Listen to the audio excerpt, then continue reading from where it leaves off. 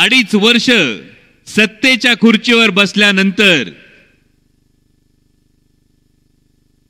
जेव्हा जून 2022ला शिवसेना फुटली, महाविकास आघाडीचं सरकार गडगडलं, त्यानंतर वर्षभर अनेकांच्या जीवाची घालमेल होत होती की नेमकं काय करायचं. सत्ते वाचून राजकारणी म्हणजे जलबीन मछली असते, अशी परिस्थिती अनेकांची निर्माण झालेली होती. आणि मग वर्षानुवर्ष ज्यांच्यावर आदरणीय पवार साहेबांनी विश्वास ठेवला, अशी महाराष्ट्रातल्या राजकारणातली अनेक नावं टुनकन उडी मारून भूमिका बदलून सत्तेच्या खुर्चीवर जाऊन बसत होती. आणि मंत्रिपदाची कारकीर्द निष्कलंकपणे आदरणीय पवार साहेबांच्या विचाराने, आदरणीय चव्हाण साहेबांच्या विचाराने घालवणारा हा सह्याद्रीचा वाघ बाळासाहेब पाटलांनी सत्तेची नाही स्वाभिमानाची वाट निवडली, याचा माझ्यासारख्या कार्यकर्त्याला अभिमान आहे. कारण आज कराडच्या भूमीत उभं राहून बोलत असताना एक वेगळी नैतिक जबाबदारी आहे.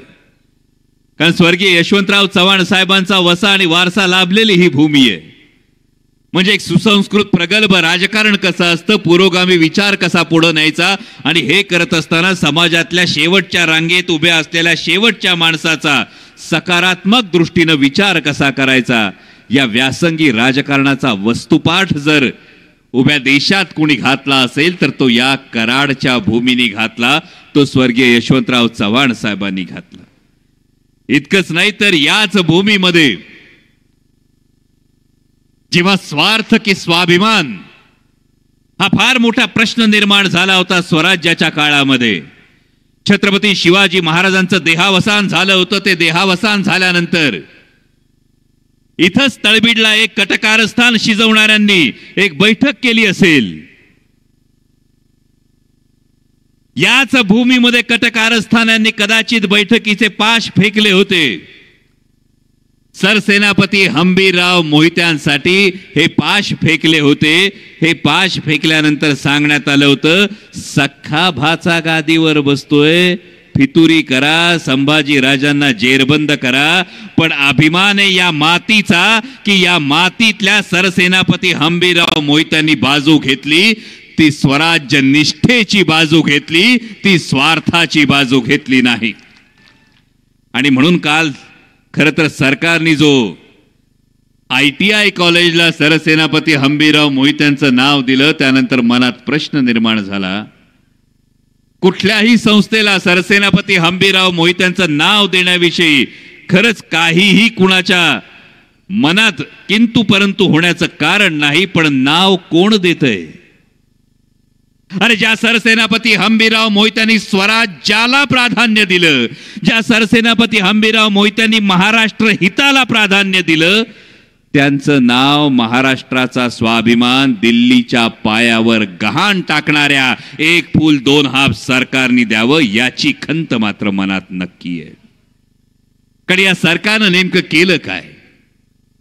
आतापर्यंत वाटत होतं चप्पल विकत घेता येते, बाजारात विकली जाते का नाही चप्पल, शर्ट विकला जातो का नाही बाजारात,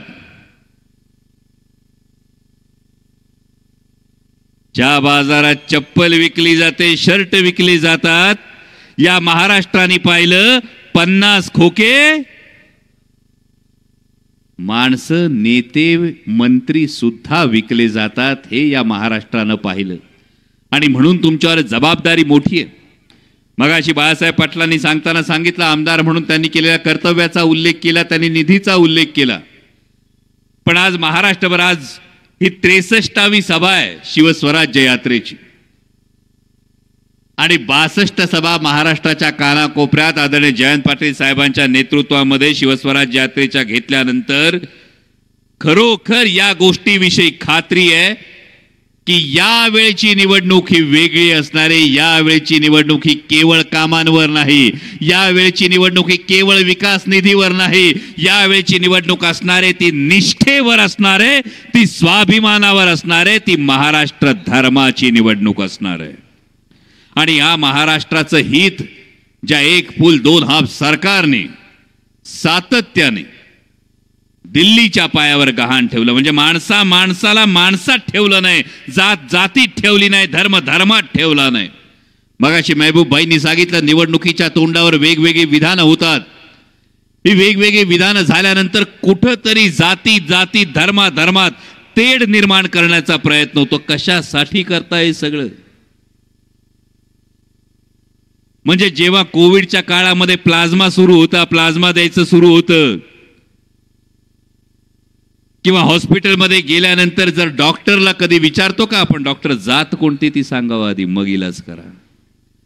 कधी नातेवाईक रस्त्याने जाताना दुर्दैवानं कुणाच्या घरी घडू नये, पण अपघात घडला आणि रक्ताची गरज पडली, रक्तदाता समोर आहे, त्या रक्तदात्याचं रक्त बघता की त्याची जात बघता, हा प्रश्न आधी मनाला विचारा. आणि या मानवतेला आव्हान देण्याचं काम जर कोण करत असेल तर या महाराष्ट्रातला भारतीय जनता पक्ष करतोय.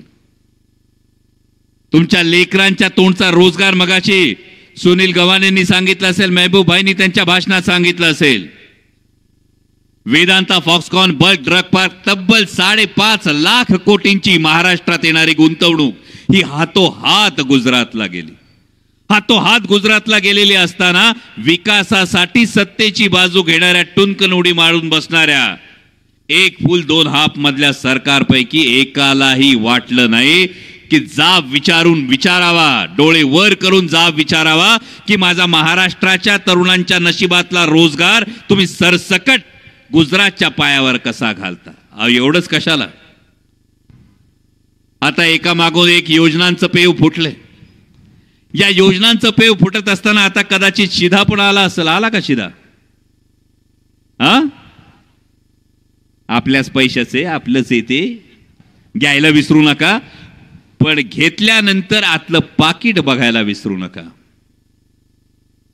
त्यामध्ये म्हणे रवा आहे, मैदा आहे, बेसन आहे, पण रवा मैदा बेसनाचं पाकिट बघितलं नाही. कोपराला गुळ त्यांनी कायम लावलेलं आहे, पण रवा मैदा बेसनाचं जेव्हा पाकिट बघा, त्या पाकिटाच्या मागची कंपनी बघायला विसरू नका. ही कंपनी गुजरातची आहे, वडोदऱ्याची कंपनी आहे. ही त्या पाकिटावर लिहिलेली कंपनी आहे. म्हणजे पैसा तुमचा, माल येणार तुमच्याकडं, पण पैसा जाणार तो गुजराती व्यापाऱ्यांच्या हातात. एवढी लाचारी ही महाराष्ट्राच्या सरकारची झाली. महाराष्ट्राला तर गृहमंत्री आहेत की नाही हा प्रश्न निर्माण झालाय.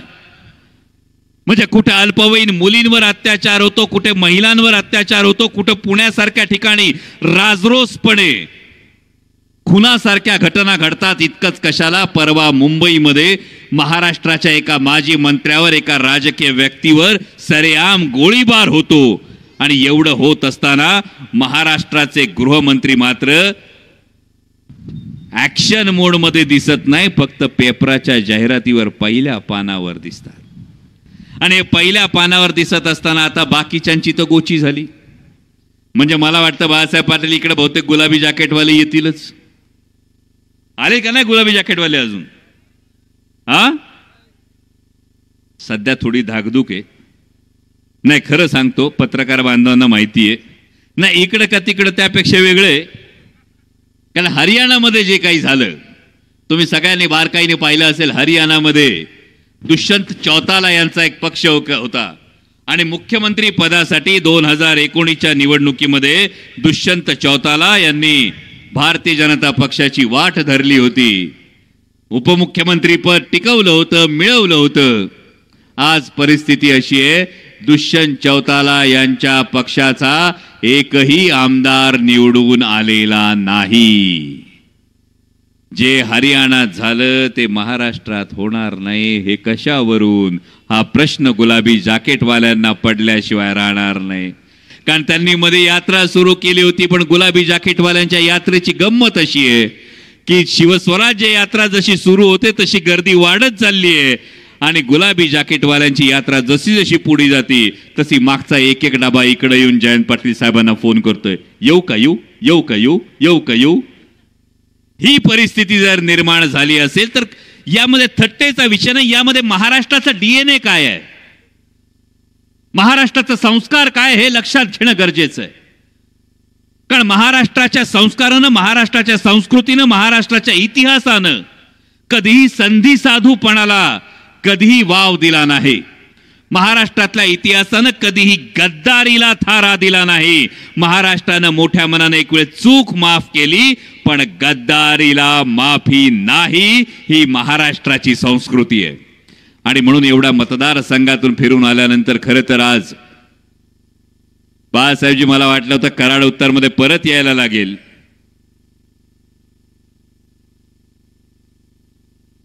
हा शिक्कामोर्तब तुतारे वाजणार 100%. आमदार बाळासाहेब पाटलांचा विजय असो.